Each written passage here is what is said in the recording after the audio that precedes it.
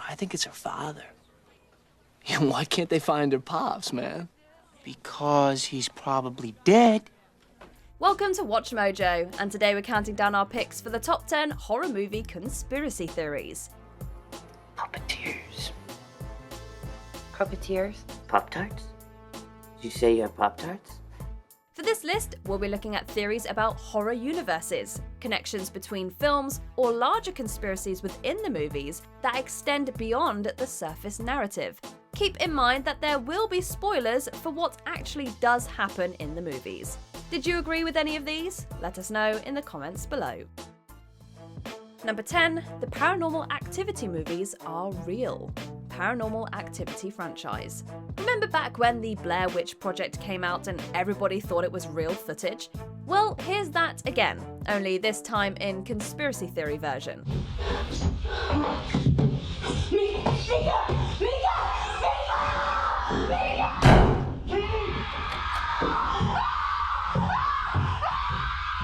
The theory goes that the footage in the Paranormal Activity movies is actually genuine. You see, the director and the producer of the first film, Oren Peli, apparently made a deal with the demon we see, or don't see, on screen.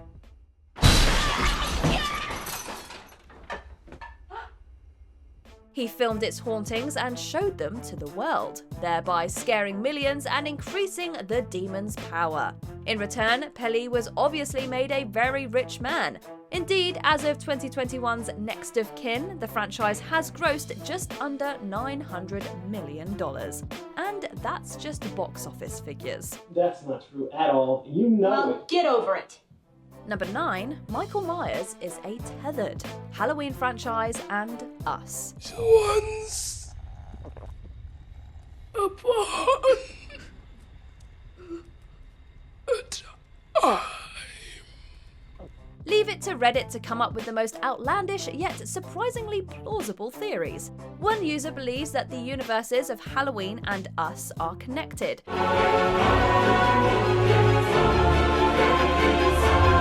Much like Adelaide, the real Michael Myers was replaced with his underground doppelganger on Halloween night. This explains why Michael doesn't speak. But wait, it gets even better. You think they kept him down here? Maybe. Look at this. What? What is it? Some sort of weird harness. In Halloween Resurrection, it's established that a large tunnel system runs just underneath the Myers house. The entire plot of Us revolves around a secret underground tunnel system. It's entirely possible that Michael's doppelganger made its way up to the surface through the basement, just as fake Adelaide made her way up during the carnival. Also, those coveralls? Come on. Why the hell you dressed like me anyway? I ain't paying you to be Michael Myers. I'm playing Michael Myers. If them kids come around and see us dressed up in the same shit, you're gonna ruin the whole effect. Ah, damn it. What the hell is wrong with you? Number 8, Peter's friend was in the cult. Hereditary. This classic from Ari Aster is about a cult that worships the demon Paimon and wishes to grant his spirit a corporeal body. Audiences are only given very brief glances into the mysterious cult, and even then, they're mostly relegated to the climax. But what if it's not just the ending? What if they were actually everywhere the whole time? One Redditor spotted something interesting. One of the men bowing at Peter's feet has long, dark hair. One of Peter's friends also has long, dark hair. I think I'm having something like a reaction. My throat is getting bigger. This friend was probably a cult member and slipped Peter some type of herb into the weed to prepare him for the upcoming ceremony, just as Joan did for Annie. How is your relationship with your son, Peter? Number 7, Sarah is the killer. The Descent. This movie from Neil Marshall throws viewers a wicked curveball. It begins as a realistic thriller about a group of friends who get lost spelunking, but it eventually turns into a slasher with bloodthirsty monsters. Hello! But what if there are no monsters? What if Sarah was the real monster all along?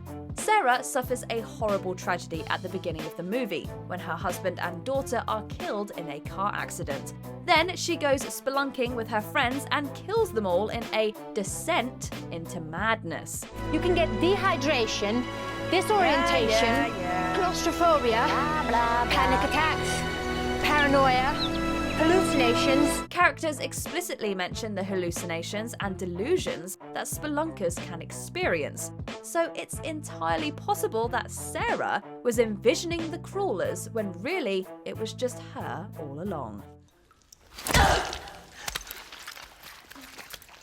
Number 6, the Torrances were subjects of MK Ultra, The Shining.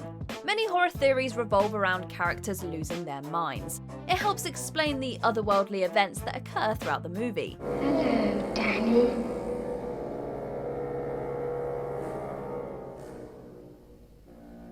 Come and play with us. This theory claims that the Torrance family are the tragic subjects of an MK Ultra experiment. For those who don't know, MK Ultra was an illegal program conducted by the CIA primarily in the 50s and 60s. They attempted to brainwash test subjects through various methods of torture and by feeding them LSD. That is quite a story. Yeah, it is. Oh, it's still hard for me to believe it actually happened here. But it did. This theory posits that Bill Watson and Stuart Ullman work for the CIA and use the Overlook during its off-season to conduct MK Ultra experiments. The Torrances are their unwilling puppets, and it leads to bizarre experiences and rapid mental deterioration.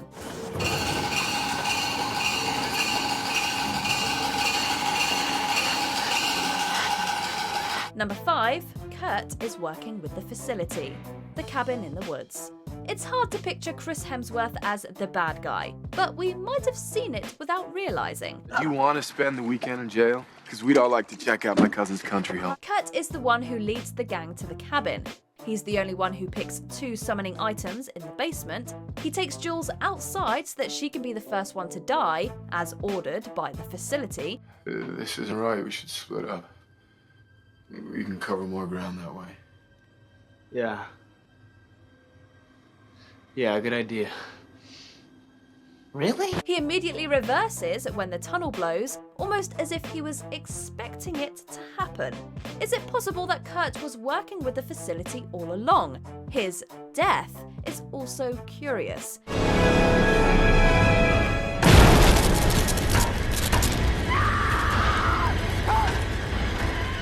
Maybe he was double-crossed, but you know the rules. If we don't see a body, they're not actually dead. Maybe it was all a trick to make the gang think he was dead. I don't think Kurt even has a cousin. Huh. Number 4, time travel, the Blair Witch Project. I would love to hear this right now. I really would. I'm but just trying to say that, you know, we have to I know. rationally say they might very well go on forever compared to our footsteps. This movie leaves a lot unanswered, and it's led to countless fan theories throughout the years. One involves time travel. The evidence of this isn't found in the movie itself, but in the supplementary material. We walked for 15 hours today. We ended up in the same place. There's no one here to help you. That's your motivation. The movie's original website claimed that all the camera equipment was found under the foundation of the house. Furthermore, the promotional film, Curse of the Blair Witch, claims that the house that Heather and Mike find themselves in burned down back in the 40s. Lastly, Heather is briefly seen in the video game Blair Witch Volume 1 Rustin Parr, which takes place in 1941.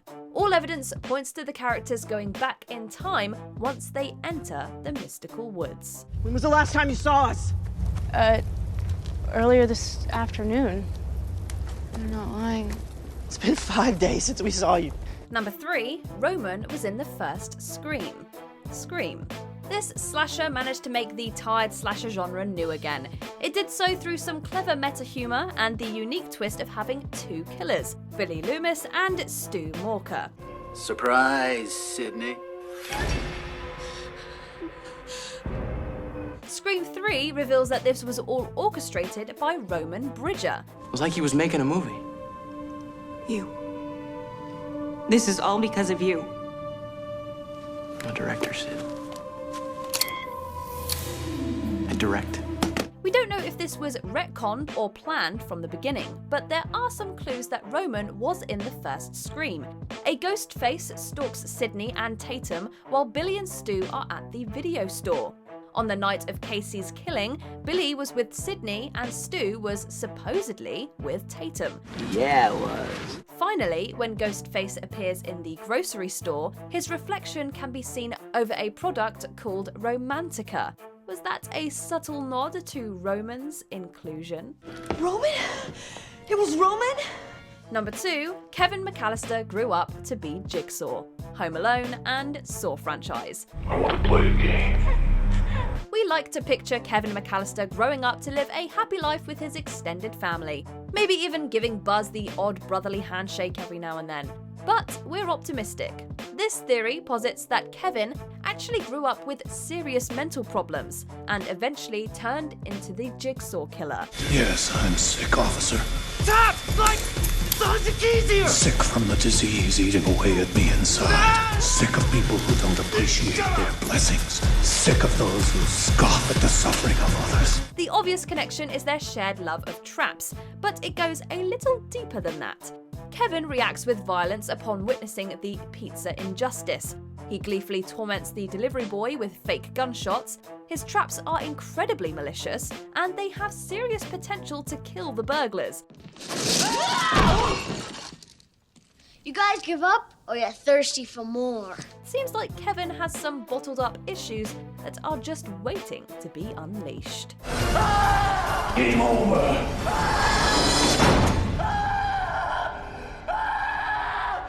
Before we continue, be sure to subscribe to our channel and ring the bell to get notified about our latest videos. You have the option to be notified for occasional videos or all of them.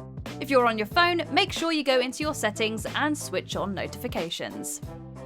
Number 1, Samuel Loomis is in Psycho, Halloween and Psycho. Halloween is a classic, not just for what it brought to the table, but for the iconic characters that inhabit it. Maybe the best of all is Dr. Samuel Loomis, who's played to perfection by Donald Pleasance. I have the feeling that you're way off on this. You have the wrong feeling. According to this theory, the character also appeared in Psycho. Marion, whenever it's possible, I want to see you. And under any circumstances, even respectability. Marion's boyfriend is named Sam Loomis, and it's Sam who eventually catches Norman. Maybe he was so influenced by his dealings with Norman that he studied psychology, became a psychiatrist, and turned into the Dr. Samuel Loomis who dedicates his life to studying Michael. I met this 6-year-old child with this blank, pale, emotionless face and the blackest eyes. The devil's eyes. Yeah, he's certainly aged a lot between 1960 and 1978, but hey, studying serial killers for a living tends to age a man. What's the boogeyman?